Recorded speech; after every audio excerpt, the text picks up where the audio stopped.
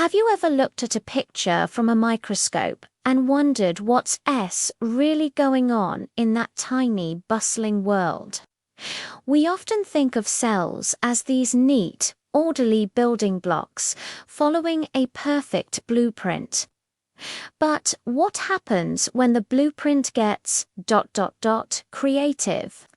What happens when cells start growing in ways we can't immediately explain?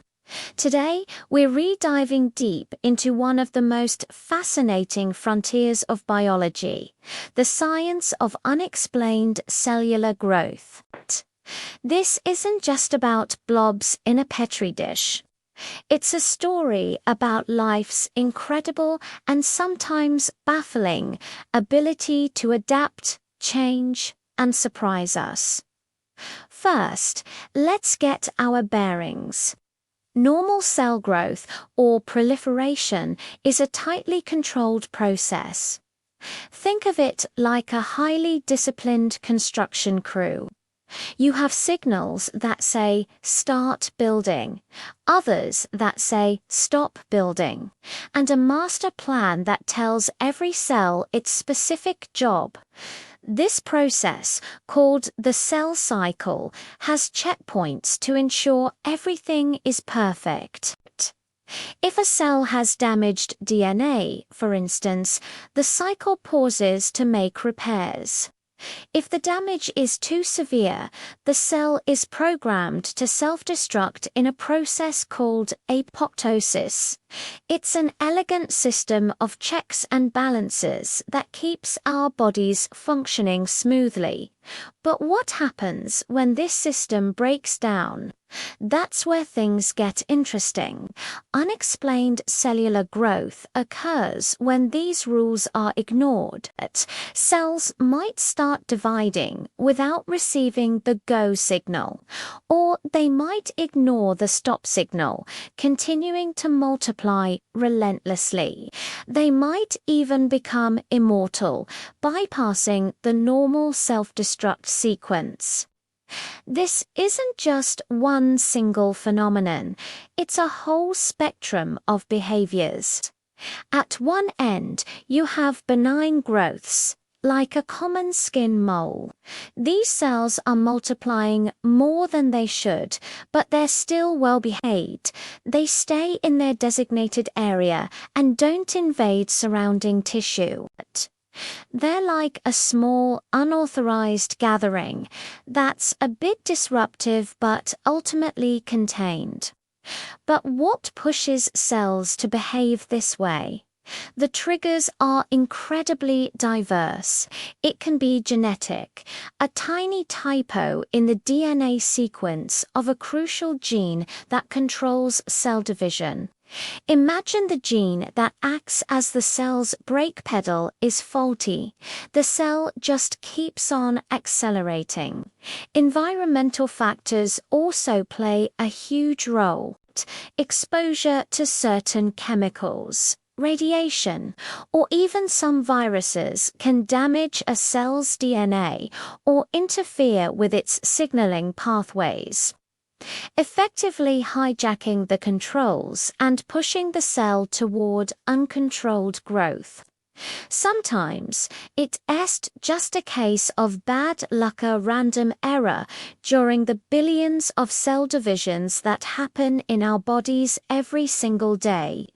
One of the most mysterious areas of study is idiopathic cellular growth, where idiopathic is just a fancy medical term for we don't know the cause. These are cases where, despite our best diagnostic tools, the trigger remains elusive.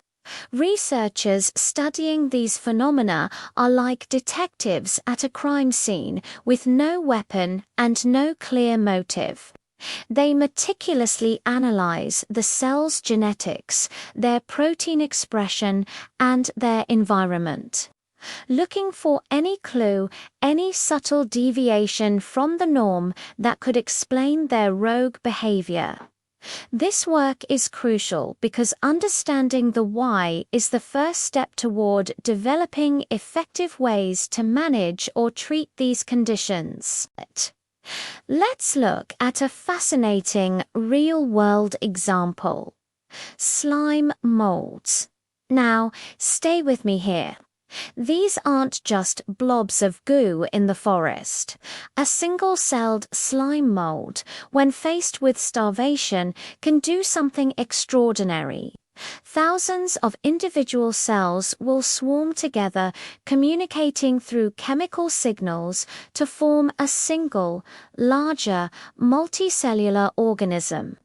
This new slug can then move, find a better location with food, and then transform again to release spores and start the cycle anew. This isn't uncontrolled growth in the dangerous sense, but it is a phenomenal example of cells spontaneously organizing and changing.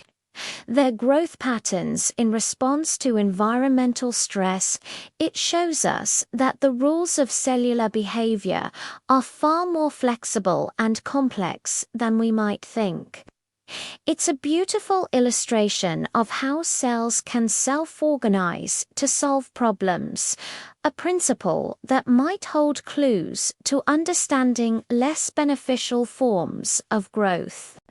Back in the human body, the immune system is our first line of defense against rogue cells. Specialized immune cells, like T cells, are constantly patrolling our bodies, checking other cells for signs of trouble. They can identify and eliminate cells that are starting to grow abnormally. It's an incredible internal surveillance system. However, some abnormal cells develop clever tricks to evade this surveillance. They can disguise themselves to look like healthy cells or even release signals that actively suppress the immune system in their local area. It becomes a high-stakes game of cat and mouse, and when the rogue cells win, they can establish a foothold and continue to grow unchecked. This brings us to the cutting edge of research.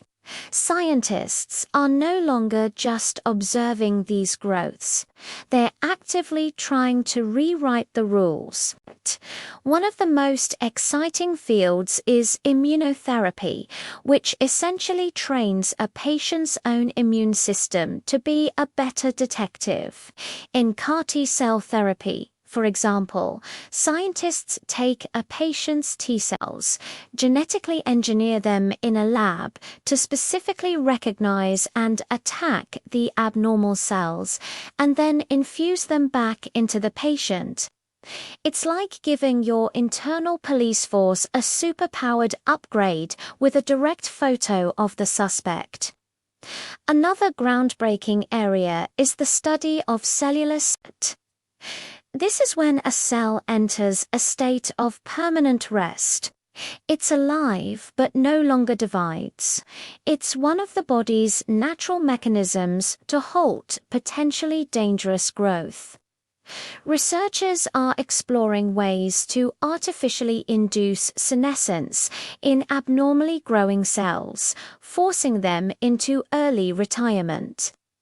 Imagine being able to just tell a group of rogue cells, "Okay, your work here is done," and have them simply stop dividing.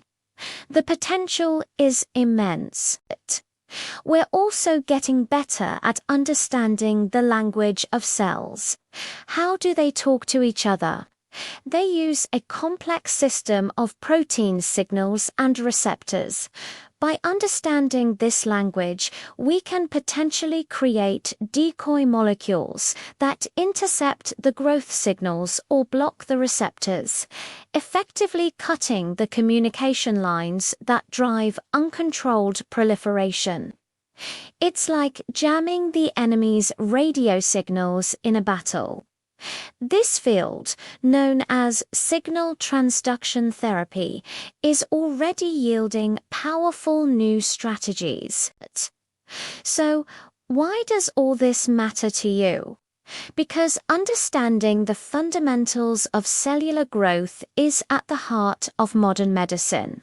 From developing treatments for cancer to understanding the aging process and even regenerative medicine, where we want to encourage controlled cell growth to repair damaged tissues, it all comes back to these basic principles.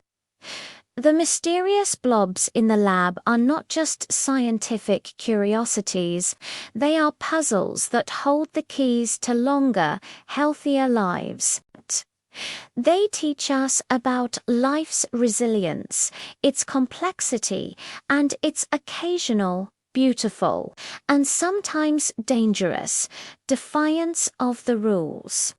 The journey from a single unexplained observation under a microscope to a life-saving therapy is long and challenging, but it's a journey fueled by curiosity and a relentless desire to understand. Every discovery, no matter how small, adds another piece to the puzzle.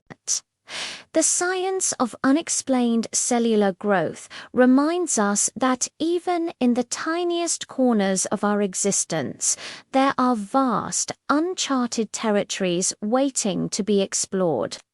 Thank you so much for joining me on this deep dive into the world of cellular science. It's a complex topic, but I hope you found it as fascinating as I do. If you enjoyed this video and want to explore more scientific mysteries with me, please hit that like button and subscribe to the channel. And don't forget to ring the notification bell so you won't miss our next adventure. See you next time.